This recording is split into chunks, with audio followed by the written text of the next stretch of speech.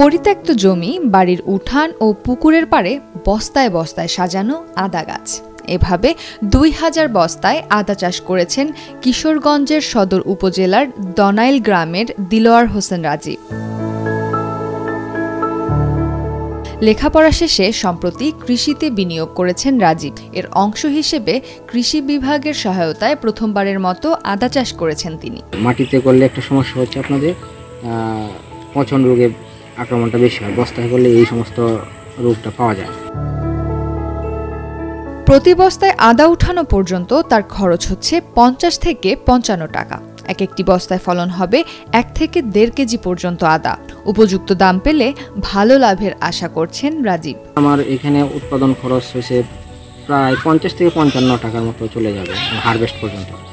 ঠিক আছে, এখন আদা যদি ১ কেজি হয়, প্লাস ১ কেজির উপরে হবে, ১ কেজির নিচে হওয়ার সম্ভাবনা নাই।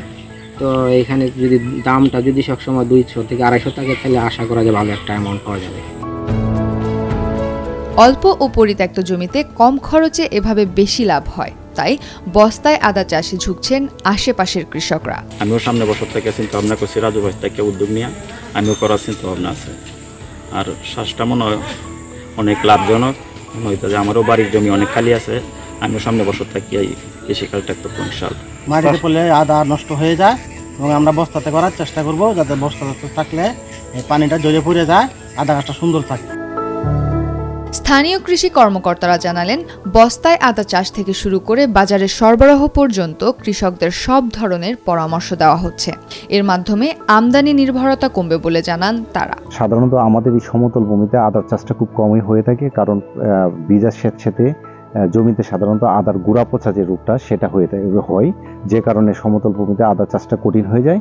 আর বস্তা পদ্ধতিতে আদা চাষ করলে আদার যে গুঁড়া পচার যে রোগটা আছে সেটা সাধারণত হয় না। আমরা আশা করতেছি প্রতি বস্তায় ১ থেকে ১.৫ কেজি আদার উৎপাদন হবে।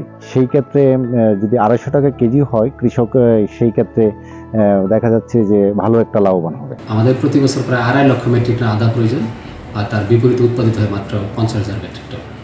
সেই কারণে প্রতি বছর প্রায় ২ লক্ষ মেট্রিক টন আদা বিদেশ থেকে আমদানি করতে হয়। কিন্তু এই আদার উৎপাদন বাড়ানো সম্ভব নয়, কারণ আমাদের আদা চাষের জমি নেই। সেই সমস্যার সমাধানের জন্য আমরা কিন্তু বস্তায় আদা চাষ উৎসাহিত করেছি এবং সারা দেশে অনেক বস্তায় আদা চাষ করা হয়েছে। কিশোরগঞ্জ জেলায় এই বার ব্যাগিং পদ্ধতিতে আদা চাষ হচ্ছে ৮৩,৮২৫টি বস্তায়।